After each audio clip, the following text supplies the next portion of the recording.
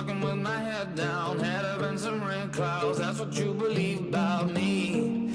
I don't mean to be let down, but you best believe the fire's on its way now. Play dead, that's what you've been hoping. Told them I won't show, and they don't need to worry about me.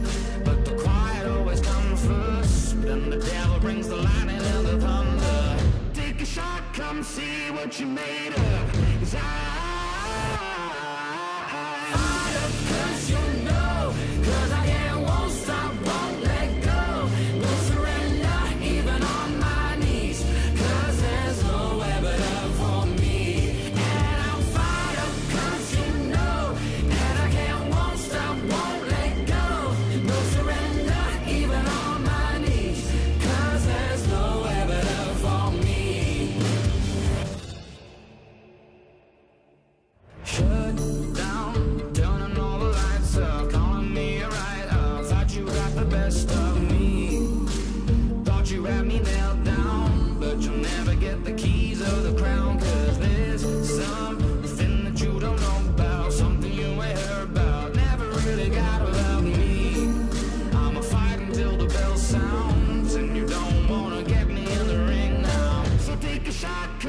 what you made of. 'Cause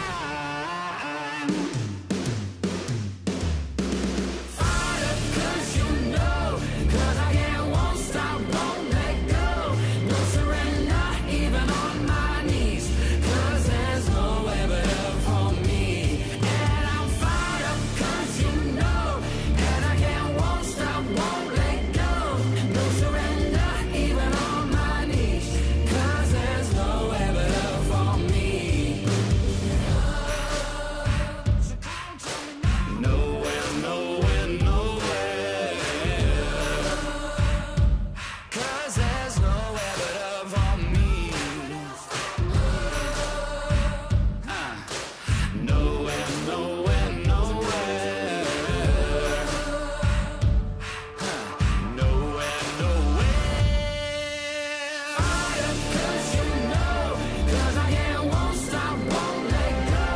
No surrender, even on my knees, 'cause there's nowhere better for me. And I'm fired up 'cause you know, and I can't, won't stop, won't let go. No surrender, even on my knees, 'cause there's nowhere better for me.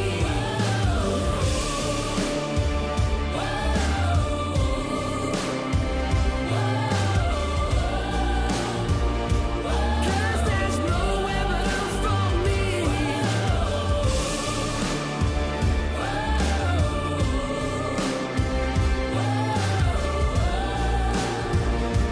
'Cause there's nowhere better for me.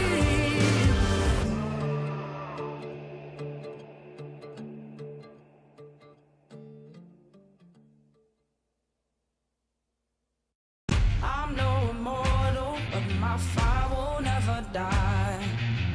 They take me for a fool, I'm taken for a ride. The more my feet are battered, the more I'm taken down. The more they think I'm innocent, I'm fighting from the ground. 'Cause I can take this pain, it's changing me. I will rise up to the moment, and I won't stay the same. It's my decree. Burning like a flame, I'm coming a train. I'm coming your way, your way. Thunder with the rain, I'm flooding the game. Start running away, away. Battle through the pain, transforming the game. I'm storming your way, your way. And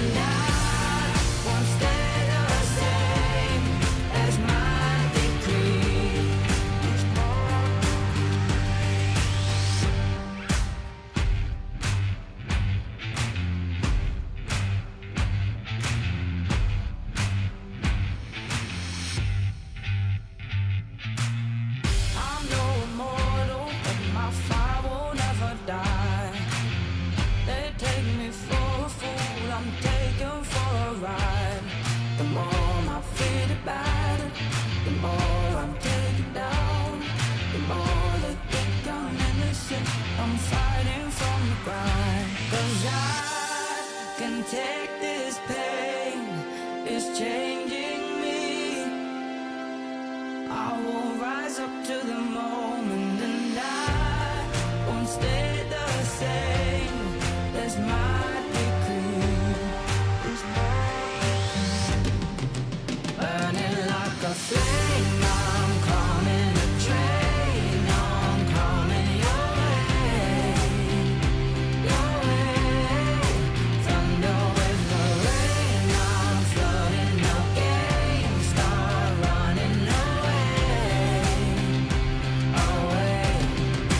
Battle through the pain, transforming the game. I'm storming your way, your way. And I won't stay the same as my decree.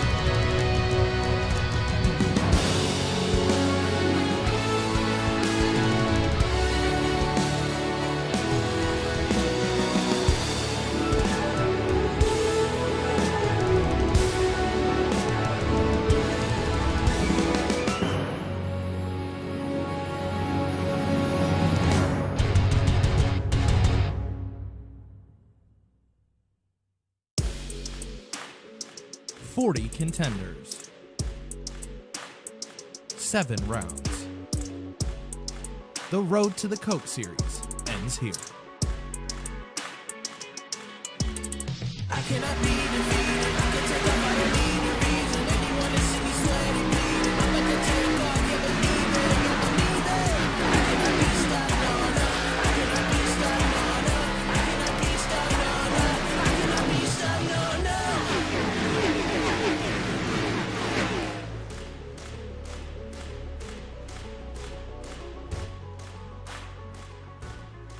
Good evening, race fans, and welcome to iRacing's coverage of the third race in the 2022 eNASCAR Contender iRacing Series, live from the virtual Auto Club Speedway in Fontana, California. I am James Pike, joined this evening by the ever-talented Joe Peak as we get set for one of the longest tracks on the calendar in the 2022 eNASCAR Contender iRacing Series. And Joe, this is also one of the raciest tracks. It is big, it is fast, it is wide. Drivers have a lot of options as far as how they want to attack this race. Yeah, honestly, I love seeing races here because of that. And, you know, it often gets called a Michigan clone, but I like the uniqueness that they added to this when they built this place because, like you said, very wide, a little bit more flat, but still very fast. I think it really tests the drivers and also gives them those options. You'll see guys running high, you'll see them running low, and some of that will play into how they go with their tire strategy tonight. So expect to see some guys experimenting to try and figure out how they can make them last, keep some speed for the end of the run. tire strategy, fuel strategy, conservation. Although this race is a little bit shorter than what we've run in the past, definitely going to be something we're going to be very closely watching here tonight as you take a look at the full schedule for the eNASCAR Contender iRacing Series. Vicente Salas and Joey Brown, your winners at Phoenix and Homestead, Miami in the first 2 races of the season. Tonight it's 60 laps at Auto Club. We take a break for Thanksgiving in the United States before we're back in 2 weeks' time from Nashville Super Speedway, Dover, Darlington, and 100 laps at Texas Motor Speedway on the 20th of December to close out this season. Now, we'll take a look at the standings, and right now, it's good to be in the top 20. That's the mark that you have to hit in order to make it into the eNASCAR Coca-Cola iRacing Series for 2023. But there's a lot that can change here. So up in this top half, you see some new faces. You see some drivers that were running the Coke Series last year. You see some drivers who have prior experience at the top level of eNASCAR who are returning and making themselves very well known, Joey Brown in particular. But this side, I think, is where you focus on at this point, because you look at some of the names down here, in particular, Malik Ray, Brian LaPrade, and Ray Alfala, 3 drivers who have tons of Coke Series experience, and yet, if the season were to end right now, they would be racing in the qualifying series in 2023. Exactly, and it seems like kind of a duh, but honestly, you want to start out the season above that cut line because it leaves a lot less pressure. You can try and keep your fate in your own hands. If you're having to dig yourself out of a hole, you have to maybe take a few more risks and make some moves you wouldn't normally do. So, yeah, these guys right now are probably not sweating bullets, but they're looking at this thinking, okay, I need to try and make some things happen at this point so I don't find myself in a rough spot come the final round. Because the pressure will ramp up very quickly. Let's take a closer look at this Auto Club Speedway, and for that we will turn it back to Joe Peak, who will tell us a little bit more about the Southern California circuit. Absolutely. We're looking at only 14 degrees out here, but there is some banking on both the front and back stretch. Opened up relatively recently during the super speedway boom that we saw there in the 90s and early aughts. Like I said, it's a bit unique compared to a lot of them since it's 2 miles long, as you alluded to, one of the longer tracks on the NASCAR schedule. So that's why you see such high speeds despite not that steep a banking around here. Obviously, it's developed quite a reputation. Big one, though, is watch out for those seams here today. The surface is old, it is worn out. Those seams can grind against the bottom of the car and cause you to get ever so slightly loose on corner exit in particular. And over the past years, we have seen drivers end up in trouble because they hit the seams incorrectly. That's a very good point that you make, Joe Peak, something that we'll have to watch for. Because the one thing that has stood out as we take a look at some of the drivers qualifying that we've heard across the board is that this is a little bit racier version of Auto Club, even compared to what we had last year when we ran here in the Contender Series. And that although you will still have fuel and tire conservation in play, and the management of your strategy will be very important, this race, especially more so than last year, will be marked by a little bit more side-by-side racing and on-track action, and less about looking at the fuel gauge. Exactly. And so obviously pace will mean something, but this is one of those tracks where maybe if you're not as good at qualifying, if you have that race pace, then you can try and get yourself up in there. As we watch the qualifying right now, the drivers getting those times on the board. So you don't want to have to start from the back, but if you feel like you've got it strong over the long run, because we are kind of anticipating it'll be likely that we'll get some long green flag runs, then you're probably sitting in a good position. And to your point, I would say outside of a restrictor plate track, if there's anywhere where qualifying doesn't necessarily matter as much and you can take a car that starts in the back and race your way towards the front, it is this place, because you can run the wall, you can run the center of the racetrack, you can run down by the apron, you can run on the apron at points. There are lots of usable grooves for these drivers, and this is arguably the greatest driver's track in that sense that we come to on the Contender Series schedule. So there's lots that's in the hands between the wheels here, but you still have to execute against some of the best competition in all of the NASCAR. That has not changed. Yeah, that's honestly what impresses me about the racers in this series, is because there is that pressure. Now, granted, you only have to be within those top 20. You don't have to be trying to win this. But like you said, at this level, things get pretty darn serious, and you get some steep competition out here. So it's not just your skills that are up to the test, but your mental game here in the Contender Series. You really have to be on top of it, being able to manage the pressure when you're feeling it, being able to handle it when you don't have the speed, and make the best of a poor race day. So, yeah, you have to be the complete package, because after this, there's nothing higher. It's the top end with the Coke Series. And to your point on pressure, I think it's important to visit that, because this is a series where you might not necessarily clinch your way in with a string of good finishes and a good run here tonight, but if you finish poorly here, given how short the season is, it's only 7 races long, it can become very difficult very quickly to make up the hole that you put yourself in and get yourself in a position to be in the top 20, because the margin is tighter here than it is anywhere else in the eNASCAR Road to Pro. You just have to be top 70 in round 1 of the qualifying series, and then 20 to 40 in round 2. But it's very, very tight, because the level of competition here is a step up from the qualifying series as well. Oh, absolutely. I'm glad you brought that up, because you're right. And that's one thing that I do love, that I wish I would see more series do, is actually have slightly fewer races, which seems counterintuitive, because we all think, more of something good is a better thing. But in this case, like you said, this puts a lot of pressure into not making mistakes. This is a real trial by fire that these drivers are going through, where, like you said, if you have one bad race, basically it puts you in a pretty bad spot. And we have seen some very fast drivers make those critical mistakes. Qualifying is completed, and it is now time to bring you to the starting grid for this third race of 7 and the 2022 eNASCAR Qualifying iRacing Series. Vicente Salas, who was victorious at Phoenix 2 weeks ago, sets the fast time of a 39.292 to take the pole over Cody Bias. Derek Justice and Colin Keister will start 3rd and 4th. Alan Bowes rounds out the top 5. Colin Bowden starts on the outside of row 3 in 6th. 7th on the grid belongs to Derek Bordeaux. Malik Ray rolls off on the 8th spot. 9th is where you'll find Parker White. And completing the top 10 on the grid this evening is Altus Esports' Jordy Lopez Jr. It'll be Tucker Minter in 11th with Andrew Navarro to his outside. Brandon McKissick will be P13. Brian Mercurio on the outside of row 7, then has Christopher Pfeffer in at the inside, and Caden Honeycutt starting 16th. Wyatt Tinsley will start 17th today, followed by Casey Tucker in P18. Then you've got Tyler Gary in the 19th spot. Outside of row 10, going to be Dylan Alt.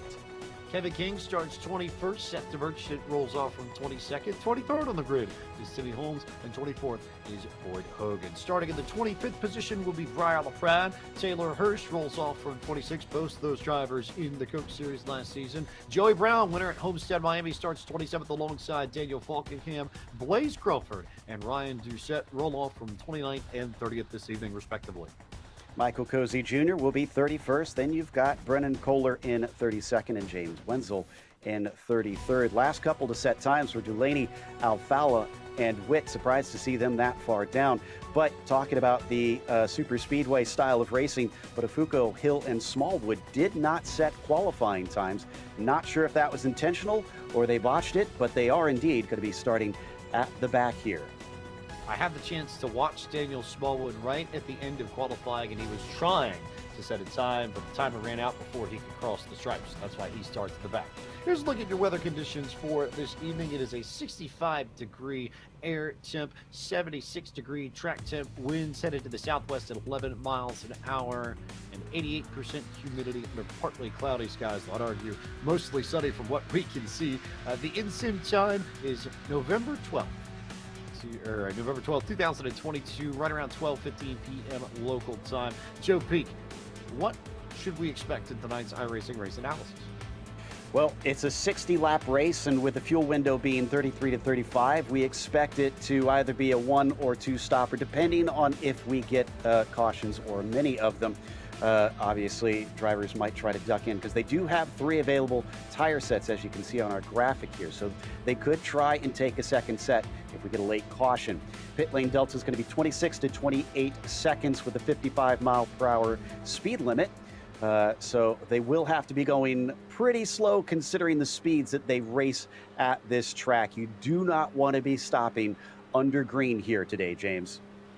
If you get a yellow, you have to take it. The question will be whether or not it's 1 stop or 2 stops or 1 stop and a late yellow stop. If we get it, that makes the difference. Traditionally, it's a 100-lap race here when we visited this track in the Coke Series in the past, and 2 stops have been pretty successful. Bob Bryant did win with 1 stop a few years ago, but this is a shorter race, 60 laps, so it may be the 1 stop that you want to work with. We'll just have to wait and see as the pace car makes the hard left turn down pit road, and Vicente Salas out of Temecula, California, will lead the field to green at his home racetrack, and we are underway with round 3 of the 2022 eNASCAR Contender iRacing Series from the Auto Club Speedway.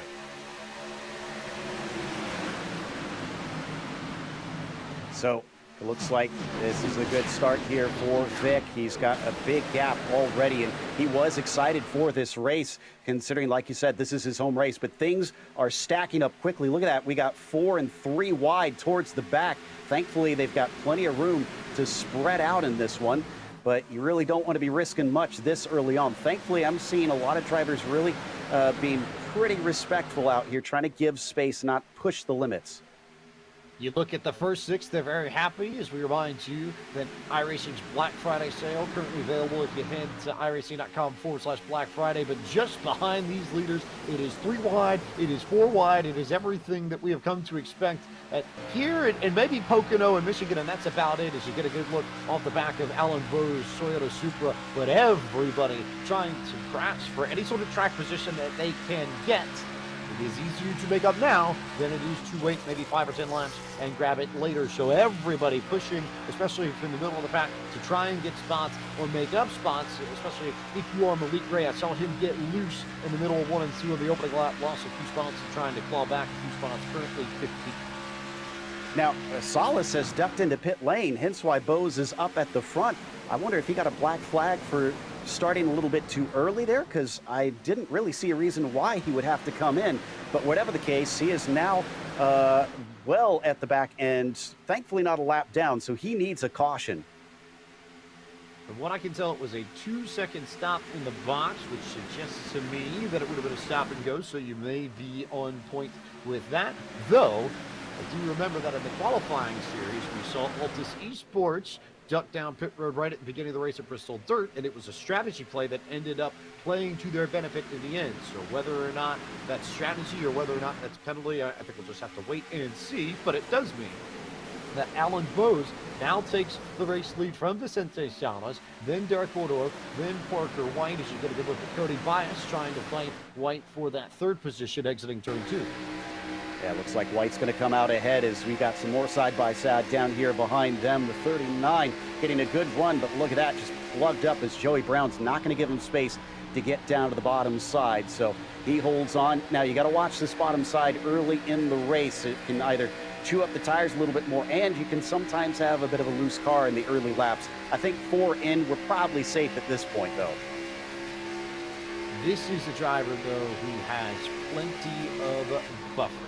Traditionally speaking, when you look at the stats of this Contender Series, it's not quite a virtual lock that if you win a race, you make it, but it is a very strong indicator. There's a big correlation between winning one of these 7 races and making it into the Coke Series at season's end. Joey Brown did that at Homestead, Miami last week, so he's got more room to breathe than everybody else in this field, save for Chente. And yes, you work to try and get a good finish and maintain points and avoid using your drop on a really bad week. But the pressure is certainly not on Joey Brown near as much as it is some of the other drivers in this field, because he does have that win in his back pocket already. Looks like Mercurio has been able to get up to the side of Falkingham here. Still trying to run that top side. Going to lose ground on the entry, but let's see if the momentum on the way off is good enough this time. Yeah, look at that. Just carrying it down alongside the 39. And He might actually be able to be clear here. If he does, I got to think he's probably going to chop down. But behind them, suddenly the 99 has a lot of speed. But again, I'm noticing that guys are getting runs, but just can't quite take them anywhere. On board here with Michael Cozy Jr. for Altus Esports. A little bit of contact there with Joey Brown. We'll send him down towards the apron of the racetrack. Also worth noting that Derek Bordeaux was able to clear Alan Bowes for the race lead a half lap ago, so a change up front. As you watch the battle a little bit further back in the pack, this is right around the 20th position. Almost 4 wide again. And we are now 7 laps in, so they've had a chance to spread out, but they're really willing to risk it. We're going to go back to 3 wide with Cozy still on that bottom line, trying to make this stick. The 14 stuck in the middle. Joey Brown sends it in deep. Thankfully does not drift up in the side of Falkingham. He gives them just enough space, but man, still 3 wide as they come off the corner. Nobody's willing to give this up. And James, this is for mid-pack. This is for 21st position. You know, I have this strange feeling that Joey Brown might be enjoying this a little bit because he doesn't have any pressure on him, but it's been a pretty rosy patch. He won the race last week in the span of a certain baseball team that may have won a title a few weeks ago as well, the Houstonians. So it's been coming up aces for Joey Brown as of late, and he manages to get out of that 3 wide battle and make his way up towards 20th. Will now try and fight Daniel Falkingham, and then Seth the Merchant and Kevin King just up the road too. As we look a little bit further back, you can see Brian Mercurio right in the middle of this, and now back to, well, 2 wide for a split second. And then there's Briar LaPrade on the outside to make it 3 wide once again. Oof, a little bit of a chop there as LaPrade was trying to go underneath the 67 of Holmes, but then had to back out of it, trying not to turn that red and white machine or red and black machine. We're going to take a look at how that pass for the lead happened here on our replay, since we missed that on our screen. Looks like the 04 just once again likes that high side, carries the speed. 21 really didn't have much answer. He didn't cut down to cover him off. Too early for those kind of shenanigans. Is live. There was another hip check there. The 67 drifts up the track. That's part of the game here at Auto Club. They are 4 wide back in the field down the front straightaway for a split second, but this surface is so wide, you have so many lanes that if you run the outside lane like Derek Bordeaux did, you can build enough momentum to get alongside someone and potentially complete a pass in a way that you wouldn't be able to do if we were at a track that was much narrower. So another piece of the puzzle that you have to factor in, especially when you are talking about the side-by-side racing here at Auto Club Speedway, as Cozy will go up right along the fence to try and keep that 67 of Timmy Holmes at bay.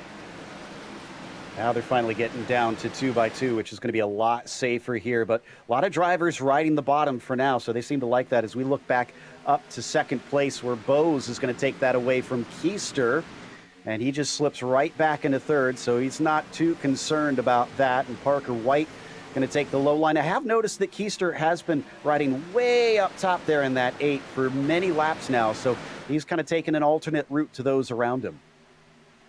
Colin Keister, who has plenty of speed, and now will look to cross over Alan Bowes down the back straight and pull the exact same move that Derek Bordeaux was able to a few laps prior to take the race lead. But there is something about this car, the Class B car that is used in the NASCAR Xfinity Series and in the Class B official races on iRacing, that Colin Keister just really, really likes. He's had tons of speed in it every time we've seen him in the Contender Series. I believe he is the defending champion of this series as well. So, in that sense, not a huge surprise to see him running towards the front of the field. Okay, there he goes again. Let's see if this gives him another shot to at least gain on Bordeaux. It does. I don't think this is going to be enough to try and take the lead away. But if he does that 1 or 2 more times, I think we might see the 8 car on the point. Potentially, we'll see whether or not he's pressing, or we'll see whether or not people are saving. We'll see whether or not everybody's thinking the same bucket. We get a good look here at Derek Bordeaux's machine. All clear in front of him. The problem is that Colin Keister is going to make things a little bit more difficult behind him, and further back, you've got this continued scrap. This is now right around the 30th position. Timmy Holmes, Brian Mercurio, Brian Doucette, Blaze Crawford, Brendan Kohler and company, all fighting for position and trying to get some form of track position. But this back, or rather this far back of the field, I wonder if these drivers may begin to think about maybe trying something crazy on strategy. Yeah, and obviously we have our QR code. If you want the latest updates from eNASCAR, then get out your mobile device and just click on that and bring it up. I did notice that Holmes, as we had him on screen, coming out of turn 2, he looked just a little shaky running that high side as close as he was. He was really pressing that wall. Let's watch this time, because here he goes again, and he is going to ride the high side. I want to see if this repeats. Keep an eye on it, as if you want any of the latest news and updates from eNASCAR, you can take out your mobile device, fire it up, get that QR code, and sign up today, courtesy of iRacing, the official simulation partner of eNASCAR, as Derek Bordeaux has decided to go rip the fence very early on, and he will get the opportunity to draw even with Colin Keister down the front stretch to potentially take back the race lead. I think the bigger thing we need to watch, though, as these two continue to trade the lead back and forth, is how does that bunch up the rest of the top 5 behind them? Is there anybody in this stretch that's just trying to save a little bit? Are there drivers that are happy with their track position? These are the sorts of active questions that you need to be asking yourself if you are trying to stay on top of the strategy of this race, not just for one car, but for the majority of the field. From what I'm seeing, the 21 of Bose, White, Bayous, yeah, they're all pretty content right here. They didn't fight Keister all that hard when he was flying through, but it does look like Bordeaux does want that clean air because he keeps swapping back and forth, like you said. So those are the two that you want to earmark right now that are likely to fight that little bit harder, Keister especially. But interesting to see that Bordeaux is just kind of mimicking him. I think they're all taking notes on what works and what doesn't here. I'd be very curious to see what's going through the mind of an Alan Bowes or a Parker Wyatt as we go on board with the Nate over Frostburg, Maryland, Colin Keister going back to the inside. But if you're in second or third or fourth, I guess in this case, or even fifth, sixth, seventh, shoot, about 5 or 6 cars that are in line, all behind the leaders. Are you watching this? Are you waiting on this? Are you maybe conserving a little bit as these two go tooth and nail for the race lead and swap it back and forth and back and forth? Because I think you're right. With the way they're trading it, it does seem like both Keister and Bordeaux want the fresh air. But does that potentially give an advantage to Bose, Wyatt, Bias, somebody back there? Because they just get to sit back and maybe not press as hard and watch this play out in front of them. Oh, absolutely. Yeah, these guys are loving this because they're using their stuff up, swapping back and forth like that. So if it gets to be later in the run, if we have a long green flag run, don't be too shocked if the 21, the 95, the 27, they maybe try and start making some moves late and get the track position before the pit stops. I did see another driver in the background moving up. I think that was Colin Bowden in the 69 as he just overtook Lopez Jr. So wonder if he's going to get any more after this or if he's content sitting in 7th now that he got that.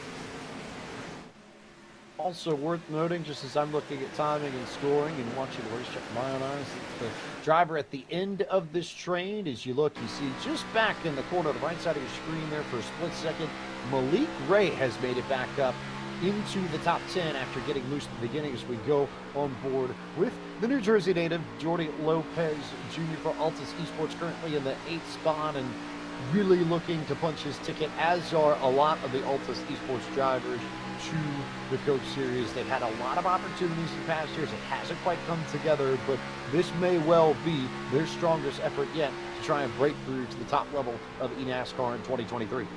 Well, so much for reading the body language, James, because look at the battle for second.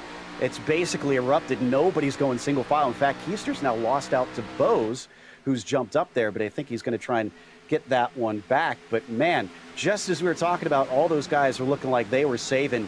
It just all erupted there, and we're only 2/3 of the way through the runs. This is a little early unless they're doing that two-stop strategy.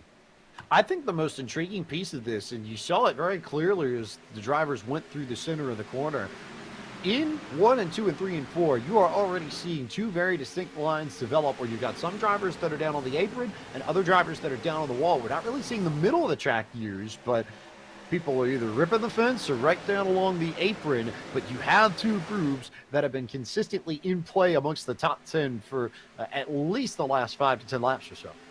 That tells me that you're looking at a track of extremes here, where you got to kind of throw your hat in one way or the other, and you can't try and sit in the middle and ride the fence, because it's not going to give you an advantage one way or the other. So the guys are doing that probably because those two ways are either you sacrifice one thing to get the other, or vice versa, as it looks like the 10 of Tucker Minter are going to overtake Bowden there for the 5th place now, although he's going to stay beneath Keister. And then up at the front, Bordeaux and Bose are now battling for the lead, as we see on screen. Two Duval creative drivers fighting for P1 and trying to scoot away ever so slightly from Cody Bias, who has created a gap. Whether or not it's that fight for 3rd or whether or not these two have started to pick it up, not totally certain just yet. But what we do know is that Bordeaux is up high. Bose will complete the pass down low, and you would expect Bordeaux to cut right across the rear bumper. And, well, you thought he would, and then he decided to tuck in. So maybe that's a change in strategy from Bordeaux, because he certainly had the momentum to go alongside Bose and chose instead not to for the first time really since the green flag dropped. That was awful close. His spotter was really on it there, because when he drifted up, there was just inches to spare between them. Thankfully, did not make contact. We don't want to see that at this stage. So lap 22, and not seeing any signs of people maybe thinking about trying to do something sneaky with pit stops. So maybe guys just trying to wait until we get either a potential caution or they run out of fuel. And we've seen a lot of hard running here, James. We saw a little bit of hanging back, like you mentioned earlier with the 2nd place guys. That's out the window. So I don't think we're seeing this stint go super long if we stay green. I think they're going to probably be in around lap 33 or 34.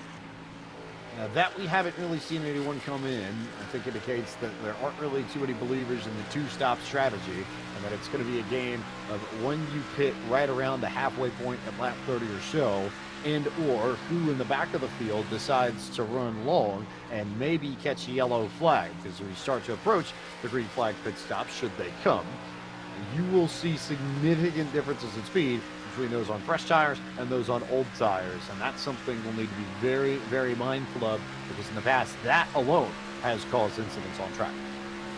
Yeah, that's when it's the most dangerous to see cautions. So those who try to pit a little bit early and get those fresh tires and jump some people are going to make themselves vulnerable. It all depends on how desperate you are at this stage to try and make up those positions. Look at the drift off the corner there for Cody Bias. Gets right up to the side of the 04. I love the trust that are between the drivers at this level as well, because you see them willing to take it down to nothing to spare between the cars. When you look at the drivers here at the back half of the top 10, and you look throughout the top 10, lowest iRating amongst our drivers in that stretch, Joe Pete, Colin Bowden in 7th, who's over 6,000, which is more. Only 6,000. Only 6,000, right? So these are all drivers that have plenty of experience in the sim, and when you know that everybody knows what they're doing, at least in general, behind the wheel of a car, you're going to see that give, that take, that trust. That's why the racing has been so good up to now, and why we've seen so many passes as we look on board with one of the best examples of real life and virtual driving combined. Caden Honeycutt, who spent most of his year racing between the Cars Tour and the NASCAR Camping World Truck Series, but also was in the eNASCAR Coca-Cola iRacing Series on the sim, and looking to retain his place in the Coke Series for 2023 is the man out of Aledo, Texas. And that goes back to one of my points earlier about the psychology end of racing. If they've been in the Coke Series and they don't make it that time, that's going to hurt extra hard. You start asking yourself, what did I do different? What did I do wrong? Have I lost it? Am I slower? So they need to get in, because they want to keep that psychological high. If I'm still good enough, I'm still worthy of the Cup Series up here. And yet, there are drivers that come through the Contender Series that just show a blinding amount of pace that might be new to the scene, but maybe faster than some of the old guard. We've seen that in the past few years. Drivers that have been in the Coke Series for 3, 4, 5 consecutive seasons fall out to drivers like Steven Wilson in particular, who was dominant both in the qualifying series and the Contender Series in 2020, and this year jumped up all the way into the Championship 4. in the Coke Series. It's sort of the nature of the beast, if you will. Casey Kerwin was only a rookie in 2019, so you look at some of the drivers that are now finding the top of even the Coke Series. It's, in a lot of cases, newer blood that hasn't necessarily been around and doesn't necessarily have the 8, 9, 10, 11 years of experience running the season. And, you know, experience does count for a lot, but sometimes energy does as well, as we're seeing McKissick get to the bottom side of the 30 here and continue to try to push forward on Honeycutt, because it is a slog. It takes a lot to run a year-long season up at the cup level here at iRacing. So those drivers that have come in and have the talent, they've got that perfect combination of they haven't been mentally worn out of having to fight season after season, and they've got the speed and they've got the strategy. That's why you're seeing that new blood be able to come in and dominate sometimes. Tonight's broadcast part of an eNASCAR doubleheader. We had the first piece of that earlier this evening here on the East Coast in the United States. The D-Box eNASCAR International iRacing Series, powered by Digital Motorsports, kicked off their campaign for 2022 at Las Vegas Motor Speedway. And the next race, you can see at Canadian Tire Motorsport Park as some of the leaders come down pit road. You'll find that broadcast on eNASCAR.com/live at 6 p.m. Eastern, 11 o'clock GMT. Next week, November 22nd, the only race of that week, as the Contender Series is off for the Thanksgiving holiday in the United States. And for more information on that series, you can visit eNASCAR.com for more, as the series features the drivers of the NASCAR Wheel and Euro Series, the NASCAR Pink Mexico Series, the NASCAR Pinty Series out of Canada, and members of NASCAR's Drive for Diversity program, amongst others. Lots of cars now beginning to make their way down at pit road. Boyd Hogan, Seth the Merchant, Ryan Doucette, James Winslow, amongst some of the ones that are coming in, as we remind you that iRacing's Black Friday sale is now online by going to iRacing.com/Black Friday. You can use 50% off of all new memberships and 25% off of renewals and reactivations of 1 year or 2 now through December 1st when you log on to iRacing.com/Black Friday. More cars down pit road as we continue to cycle through green flag pit stops. And for more information on how to start your iRacing career, log on to iRacing.com today. But Derek Bordeaux, the Pied Piper, leading in a lot of the drivers who were in the top 10. Parker White, Caden Honeycutt, the 53 machine, the 20. There's Cody Bias still out on the racetrack as well. But we're waiting for most of the top 20 on track now to come in for what would be the one green flag pit stop. Yes, and those guys that pitted from up front, again, taking a little bit more risk than I expected, but we're hearing more drivers say they're pitting in. The ones to watch out for are Brown, Holmes, and Navarro. Those are your first three that pitted, I believe, on lap 28 or 29 it was. Now we're seeing a whole bunch of them come in. So those that pitted first, they are going to get a jump. They're going to have fresh rubber, have faster laps, but they're also going to be a little bit more worn by the time their rivals come out. So it'll be a question of if they timed it right. And we look at Malik Ray continuing on to lead here from the point, still needing to pit. We need about 10 more cars in. Worth noting, and you may have caught it just a few moments ago, but Colin Keister was able to make up about 3 car lengths or so entering pit lane. Watch that if he ends up charging back towards the front of the field at the end of the race and we don't get a yellow flag. That could be a very, very big piece of the puzzle in all this, as Malik Ray gets it loaded up and he succeeds Ford Mustang. Hence the attention of his pit crew on pit road. As to a few more drivers coming in for service. Lots of folks following in behind Malik Ray and just trying to nail down this pit stop, as Daniel Smallwood is the last one of 2 drivers who is out on the racetrack and not stopped under the cycle. The other one, Vicente Salas, who came in 30 laps ago, and that may well have been a splash of fuel. We will see where Salas ends up with this, and/or if he can stretch it all the way to the end. So that could be a very big play for him. But Smallwood, the last driver on pit road, he will come down and just about check up Daniel Buttafuoco, but stay towards the inside, but not actually end up in pit road. And so I would say it's very clear now at this stage that Smallwood is looking for the yellow to gain the track position and come down under that hypothetical for service. Yeah, the downside for him is he's got nobody trapped a lap down at this point. In fact, that's Mercurio just going by now as we look behind him. And there's going to be quite the field of cars that are looking to run him over in a second. So, yeah, it was worth a shot, but I highly doubt it's going to pay off at this point because I don't think he can go all that much longer. We're on lap 33 to maybe make it about 2 more, maybe 3 more from here. So all eyes now watching this battle in the mix of things, trying to figure out where these drivers want to sort themselves at. Daniel Falkingham, Taylor Hurst, this is a little bit further back in the field, right around the 30th position. But all these drivers have just come down pit road, and it will be the increments between when these drivers came in for service that will be oh so critical in determining who has the pace at the end of this run, should this go green to the checkered flag. Remember I mentioned Joey Brown was one of those that pitted early? Well, he's up to 8th right now, 19 position gain from where he started this race as we watch the 32 here still keep it up, and oh, that was a very late call from him, but it does look like he's going to be able to make the line, and that's it. So Smallwood will come in for service. That should hand the lead over to Vicente Salas as we go back on board with Joey Brown out of Houston, Texas, racing for Victory One, a driver who a long time ago, it seems like, was a participant in the eNASCAR Coca-Cola iRacing series, decided to take a break from the top level of sim racing competition and decided that he wanted to get back into it this year. And did he ever perform and just come out with a resounding, thunderous drive, especially in round 2 of the eNASCAR qualifying iRacing series, to make it into the Contender series. Looked incredibly sharp in that. And I would say by all accounts, Joe Peak, that the form he had in the qualifying series second round has carried over to the start of the Contender series.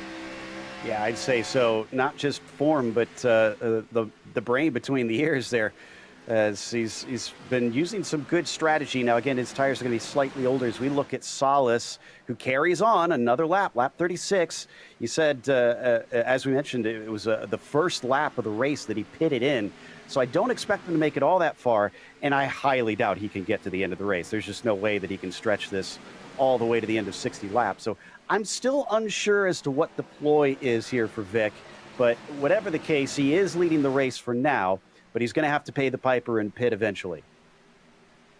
There is a toll and a debt to be paid indeed at some stage here for Vicente, and we will see whether or not the strategy play, penalty, or whatever it might have been works out for him. The problem, though, is that Parker White is closing fast. The lead is now only 0.7 of a second as we go a little bit further back to look for Colin Bowden, but we are going to have a battle for the race lead. I would think at some point within the next lap or so, if Bowden tries to get to the inside of Joey Brown entering turn 1. Yeah, he's almost 2 seconds faster, so it's going to be quite easy as we check out Colin's view here back in 10th place. There's a middle line for it that somebody's using, and he's going to drift back up to the outside there off of 2. So maybe it's just on fresh tires that it makes the more sense, as there's the swap for the lead. And Parker White now up to the top spot. Salas probably just going to get swallowed up here. He's got to be careful, because if he does run out of fuel, then he's going to have to make sure that he's got that low line so that he can get into pit lane cleanly. So it's White, Tucker Minter, Alan Bose, Derek Bordeaux, and Minter, I would argue, may have been the biggest beneficiary. Had a pretty quick time now pit lane, 43.6 seconds, which was 0.3 up on White, and a full half second faster than Alan Bose. So goes to show you that a good run down pit road, if you hit your marks and you stop correctly and get your box quickly, you can gain track position. And with a big run, this may well end up being for the man out of Warrenton, Virginia. Watching from Tucker's roof cam here, we've got a bit of a 4-car breakaway starting up at the front. The one that surprises me is that Keister's not a part of it, because he was so aggressive earlier on. He could still catch up. I mean, he's not exactly out of it, but you'll see in some of the shots, maybe in the background, the number 8 just kind of hovering down in 5th. He's got to make up about half a second to get up to these guys. We're already to 21 laps to go. These are short races, James, so you can't really dilly-dally too long as we look from Parker White. Yeah, you'll be able to see him just behind the 4th place car. There he is. You want to know the difference between Colin Keister and his compatriots in the top 5? His stop time of 14.8, his pit lane time a 44.5 compared to 14.1s, 0.3s, and 0.5s amongst the rest of the top 5. So it's a half-second difference. You do the math, subtract 0.5 to 14.8, put you on 14.3, which incidentally is the pit stop time that Tucker Minter had when he came down pit road. So good stop for Minter, bad stop for Keister. That's why those two are where they are. I've been keeping half an eye on Salas ever since, you know, he's gone long. There we go. Now he's announcing he's pitting in. I was going to say, we're on lap 41. He's stretched this a phenomenal amount, even considering he pitted one lap into the race. So I'm really amazed. He essentially went 40 laps on a tank. He must have really soft shooted that entire first stint. And in the event we end up with a green-white checker, you know who will be able to stay out and not worry about fuel or tires or any of the above if he wants to? Vicente Salas. He will have all the fuel and tires he needs. Now, he might not necessarily have the best tires, but that is an option that will be in play if we get a late yellow flag. So put that in the memory bank. We may come back to that in some maybe 15 laps or so. Meanwhile, Alan Bowes has jumped back around Parker White. So it's Dead Zone, Norse Force, and Derek Bordeaux also for Dead Zone Racing. 1, 2, 3 at the moment for Altus Esports. Tucker Minter is in fourth, and Colin Keister, another Dead Zone driver, in fifth. Maybe not a surprise to see Dead Zone running as strong as they are in this series, considering how well they took to the next gen car in the eNASCAR Coca-Cola iRacing series. There was a lot of representation amongst the championship four from that team. It's Altus here that I think, in particular, with Tucker Minter, it might be making the noise amongst some of the new blood as we get a good look at Taylor Hurst and company racing for position in the middle of three.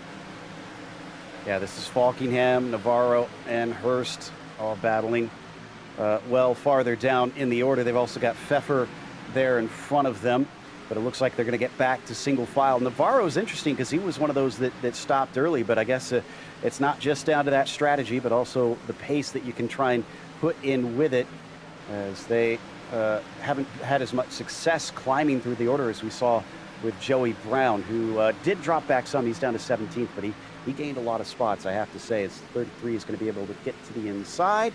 Looks like Hurst might be able to get this one done. And yeah, that is it down into turn 3. By the way, there is a snag in Salas's strategy if this was intentional for him to go that long. He's a lap down now. So he's got to get that lap back if he hopes to have some sort of good shot. In fact, that's him right there. So speak of the devil, he's going to be able to slip through, but he's got the fresh tires, so he's really going to have to push to try and get up to the leaders.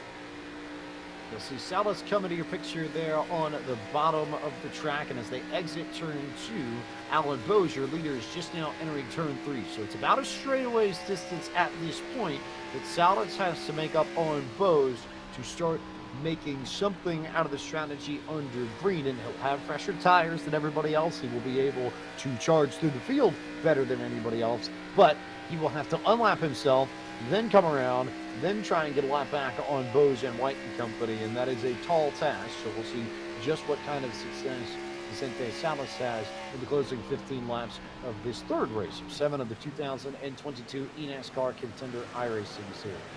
I have to say, Hurst's onboard cam there makes me feel a little bit better, because if there's one thing that's relatable in sim racing, it's that some sim racers, no matter how good or how not good they are, will lean into the corner against the non-existent G-forces as they race. Even though it doesn't do anything, it just feels right, I guess. Lots of competition here around 30th. Ray Alfala, Christopher Hill, Andrew Navarro, and Alfala, I know, would have expected more speed out of himself tonight. I think Derek Justice would say the same. This was a track that he really was looking forward to because it is a driver's track with a high horsepower, low downforce car, which is the combination that Ray was driving when he won all those championships in the Coke Series. It has not gone the way he would have liked up to this point. We get a good look at the action between Waywood and Christopher Pfeffer fighting for the 25th position. Yeah, really getting close to the back of that 66. And 66 is going to give him a lot of space up on the high side here. As we continue to ride on board with a 7, drifts up pretty high, but has to check up a little bit. Christopher going to get the speed. That's one thing that this track really does well, is it gets that banking just right, that there's enough you can carry that momentum off the high side so that it is still viable. If it was any flatter, probably wouldn't really be an option. But, man, it is working fantastic today. We've seen it make a lot of great moves, although he's going to unfortunately get boxed in now behind both Blaze and Blade. I would imagine that Blade may end up sending their, I don't know, it might be a little bit too early for Christmas cookies to Blaze Crawford, but Crawford was able to box in Christopher Pfeffer, who had a run on the high lane and couldn't do anything with it because Witt was up against the fence, and then Crawford was down to his inside. So a little favor there, unintentionally played, as you get a good look off of the rear deck lid. The driver out of Roanoke, Virginia, Blade Witt, who also has prior experience in the eNASCAR Coca-Cola iRacing Series. He's been a part of it for the last 2 seasons, looking to make it 3 straight years at the top level of eNASCAR in 2023 via a successful campaign here, currently in the 25th position.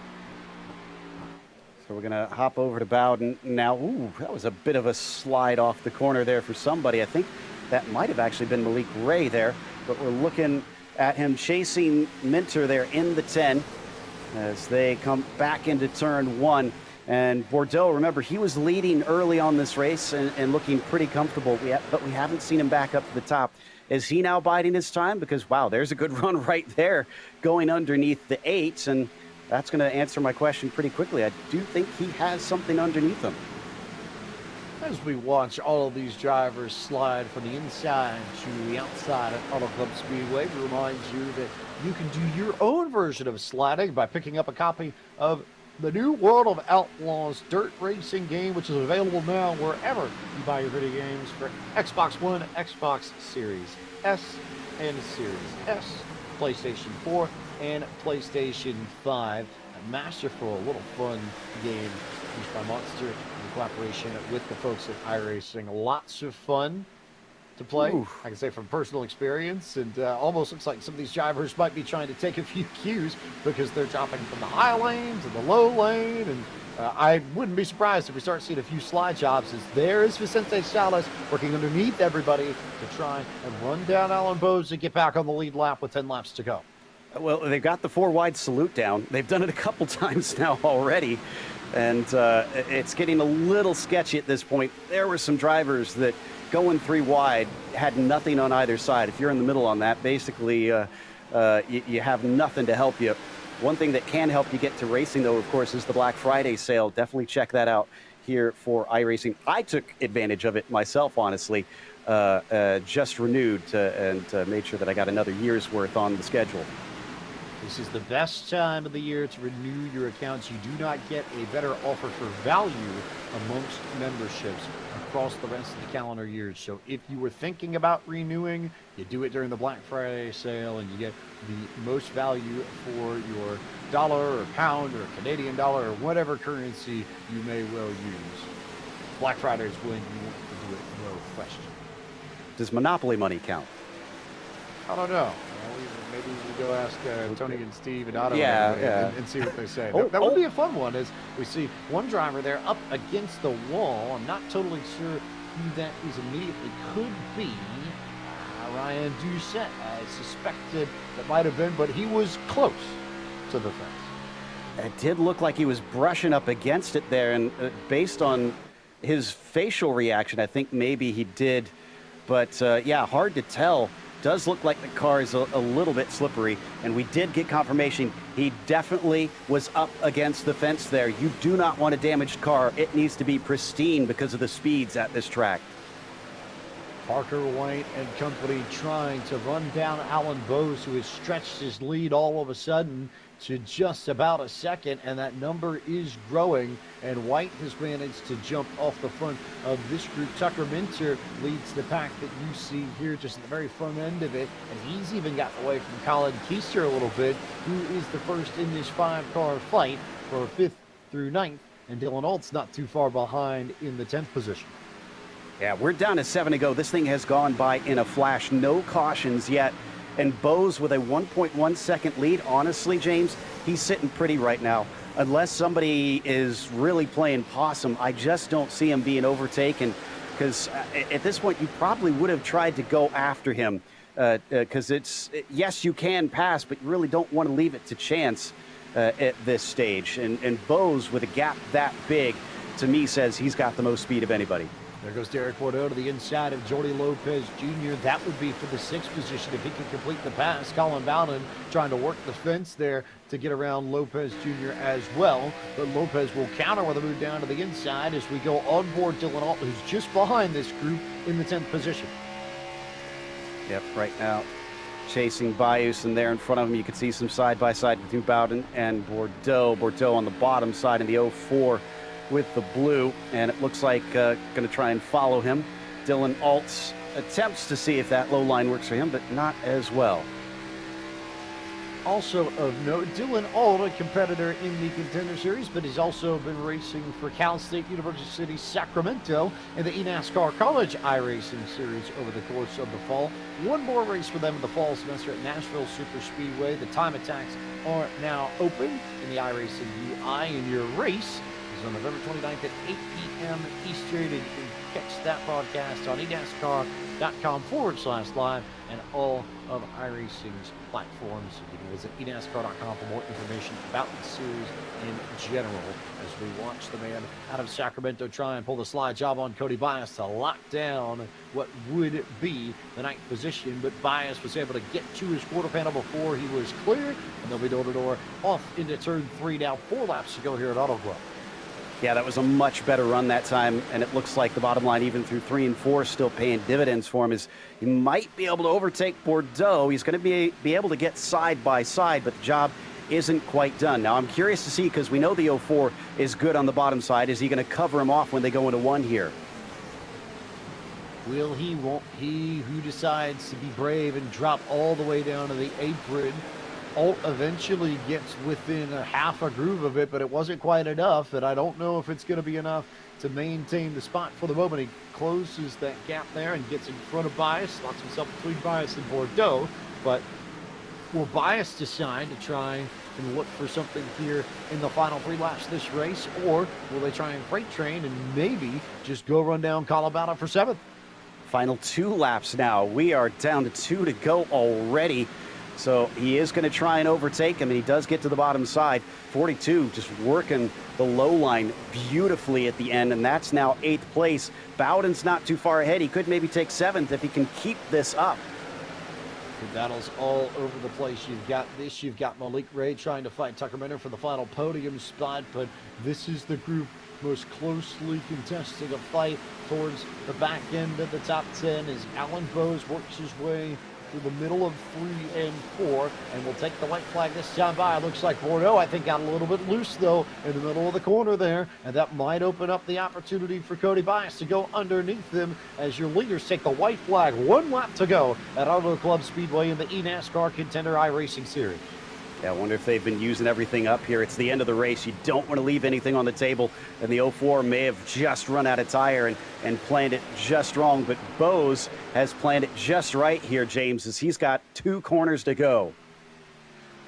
All clear all around for Alan Bose, who has done a beautiful job of controlling this race in the final 15 laps or so. And Alan Bose makes his way out of turn 4, and the driver out of Lima, Ohio, racing for Dead Zone and Duval Creative, will take his Toyota Supra to victory lane as the winner of round number 3 of the eNASCAR Contender iRacing Series at the virtual Auto Club Speedway. You look at some of the battles a little bit further back. Brian LaPrade was just able to squeak it out over Boyd Hogan. Here's a big run for Ryan Doucette as they all enter back into turn 1 and begin the cool down lap and bring their way back to pit road. But at the end of this race, this was all Alan Bose, and it's a 1-2 for Toyota as well. Parker White finishes runner-up.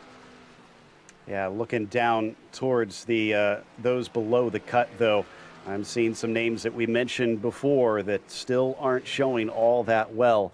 So there's going to be some nervous faces in the latter half of this very short season, but I don't think Bose will be one of them. as Alan Bowes will bring it right underneath the flag stand and burn it down and bring us tonight's winning moment, which as always is brought to you by Coca-Cola, the official fan refreshment of eNASCAR, and taking advantage of the extra pavement there provided by the logo of the Automobile Club of Southern California to boot. The question is whether or not he'll drive it off into Victory Lane, just on the other side of the grass. This is one of those tracks that has Victory Lane on the front stretch on the other side of the pit wall, so he had the option. I think he's just going to park it there, though, right in the shade and cool off a little bit underneath the flag stand, as we will bring you the full field rundown and tell you where your favorite driver finished. Alan Bowes, winner by just over a second over Parker White. Tucker Minner finishes third. He's the highest finishing driver for Altus Esports. We'll talk to all three of those drivers in just a few moments. Malik Ray and Colin Keister complete the top five. Jody Lopez Jr. was sixth, Dylan Alt seventh. Colin Bowden finishes in the 8th position. 9th went to Derek Bordeaux, and Cody Byers completed the top 10 this evening at Auto Club. Tyler Gary was 11th, followed by Brandon McKissick. Then you've got Wyatt Tinsley in the unlucky number 13. Kevin King finished P14. Casey Tucker was 15th today. Caden Honeycutt finishing in the 16th spot. It was 8 positions up for Brian LaPrade as Boyd Hogan finished 18th. And then 9 up for Daniel Falkingham for 20th. Blaze Crawford rounds out your top 20. 6 spots up for Joey Brown at the end of this. He finishes 21st. 22nd was Seth DeMerchant. Ryan Doucette, after that late bobble and smack with the fence, ends up in 23rd. Ray Alfala, 24th. A nice little rebound for him after being a little bit deeper in the field, middle of this race. Taylor Hurst was 25th. Blade Witt finished in the 26th position. 27th went to Christopher Hill. Derek Justice finished in 28th. Jonathan Delaney and Christopher Pfeffer completed the top 30. From there on down, it was Daniel Buttafuoco in 31st. You've got Michael Cozy Jr. 32nd and Brendan Kohler in 33rd. Andrew Navarro, who pitted early, didn't see that pan out. He wound up 34th. Daniel Smallwood, who pitted late, also didn't see it pan out. He was 35th. Wenzel, Mercurio, and Holmes were followed by Solis, who did get back onto the lead lap, but he had an extra pit stop compared to everybody else. So looks like I do believe we've got our second place finisher ready to talk to us. Parker White's here. We'll see what he has to say and if he feels like he had anything for Alan there at the end, because Parker, it looked like with that 1 second gap with about 10 to go, if you had it in you, would have tried to catch him down, but we never saw you got closer than that. Was that all you had? Yeah, that was all I had. I was just battling a really ill-handling race car that whole time. I had no center turn, so I really just had to force it to turn. I really couldn't find that much speed, but I was able to actually find some really good speed on that second lane of 1 and 2. So just really happy I was able to play this race out right, because I'd kind of struggled with qualifying, but I was able to qualify good and just pick up a few good spots and just get a good finish. Now, we kind of anticipated this was going to be either long green flag runs or a completely green flag run here. Is that what you expected, with it obviously winding up that being the situation tonight? Yeah, like just the way these races have been in the past, there's like, I'm pretty sure last year there was only 7 yellows in the entire series. So, yeah, that's kind of what I expected. We strategized before the race. We got some adjustments for the pit stop, and that helped me out a lot because I was able to have some short run speed. I got around Tucker for the net race lead there for a while. Then Alan just got by me there, and I just stayed in second there. So it's a really good race for me overall, so I'm happy with it. Obviously, Nashville is up next, and we have quite a unique schedule throughout the course of the season. No really 2 tracks are alike. How do you feel for the rest of the season? Do you think we'll see more of all that green flag racing? Because I look at places like Darlington, those are pretty tough to try and keep out of trouble. Yeah, I think we'll see a lot of green flag racing. We'll probably see a couple cautions here and there, but for the most part, it'll probably be green, and there's a lot of good racetracks left, so I'm looking forward to it. Well, regardless, congratulations on a podium here today, Parker, and hopefully we'll get to talk to you more as it goes on this winter. All right, thank you. Parker White there in the 95. As up next, we've got our winner, Alan Bowes, ready to chat with us. And Alan, it basically looked like it all came down to those pit stops and then running that good second stint. Nobody could catch you. How confident did you feel after that pit stop? After the pit stop coming out right behind those guys, felt pretty good with the fresher tires, and our long run pace was pretty solid all night. So yeah, I mean, even going into the race, I felt pretty good about it. So this is one of my better tracks. I take it seemed like you were kind of playing patient there early in the race because we saw you hovering in third while the top two kept swapping the lead back and forth. Was that the case? Were you just kind of just saving your stuff there in the first stint, letting them kind of play it out? Yeah, they seemed like they wanted to race pretty hard there early, so I figured I would just wait, kind of let them do their thing. It kind of worked out. They kind of burnt their stuff off a little bit, and I was able to get back around them. But yeah, that patience was key, as it usually is at Auto Club, because these races tend to go green. So uh, the longer the run, more patient you want to be at the early stages of it. Now, you weren't in a dire situation on the points, but taking this win is really going to give you a nice boost. Do you feel better about the rest of the season now that you've notched a W? Yeah, I was looking more forward to Nashville than I was Auto Club. So um, based on what we have left, I feel pretty good about it. Obviously, the win is pretty big with the drop week that we have. So I just got to keep knocking off the good points finishes. Hopefully, a couple more wins. That'd be kind of nice. But I just got to keep doing what I'm doing. Indeed. And again, congratulations. That was an excellent drive, Alan. Thank you. Alan Bowes, your winner in the number 21 this evening here at Auto Club. Finally, we've got Tucker Minter with us with a third place. He already came in fifth in points. Tucker, just knocking them down, keeping yourself in solid contention, which I guess that's the best you could ask for this season. Yeah, I mean, the Contender Series is all about points and just stacking up, or as Steve Letard, I guess, would say, filling the points bucket up. So that was the goal coming in this week, especially after poor finish last week, just to get back in the top 20 and make some more points towards that goal. Now, late in the runs, we were seeing a lot of drivers going to extremes, either bottom or top. We didn't see many middle runners. What do you think was going on there that drivers tended to navigate to navigate towards the two far ends of the track there? Yeah, with the way the rubber's laid down, it seemed like towards the end of the race that you could kind of run more towards the middle, but at the beginning, there's just so much grip if you're running right next to the wall, but it's so hard on your tires.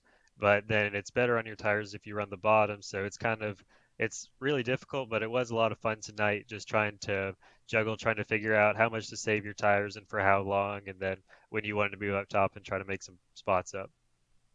Well, again, thank you, Tucker, and congratulations with a podium. James, back to you. Really strong runs the last few weeks from Tucker Minter, no question about it. As we start to turn the page here from Auto Club, here's a quick look at the updated standings and where everybody is.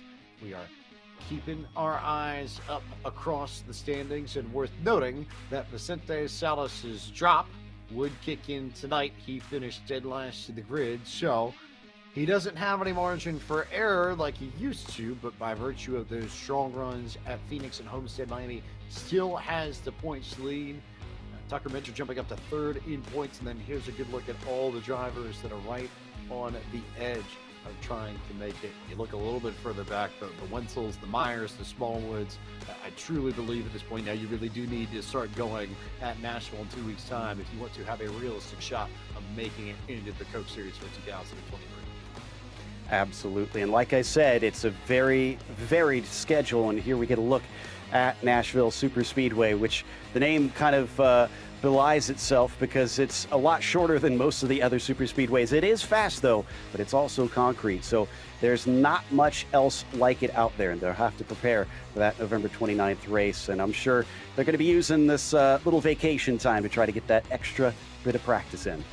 Make a good point there that we are off next week. It is the eNASCAR International iRacing Series for D-Box and Digital Motorsports that takes center stage on Thanksgiving week in the United States. But we are back in 2 weeks' time, 9 p.m. Eastern on iRacing's channels from the virtual Nashville Super Speedway for round 4 of the eNASCAR Contender iRacing Series. A big congratulations to Alan Bowes from all of us here and for our team at iRacing and my colleague in the booth this evening, Joe Peak. I am James Pike. tonight. Thank you so much for watching iRacing's broadcast of the eNASCAR Contender iRacing Series, and we will see you in 2 Tuesday nights' time from the virtual Nashville Superspeedway.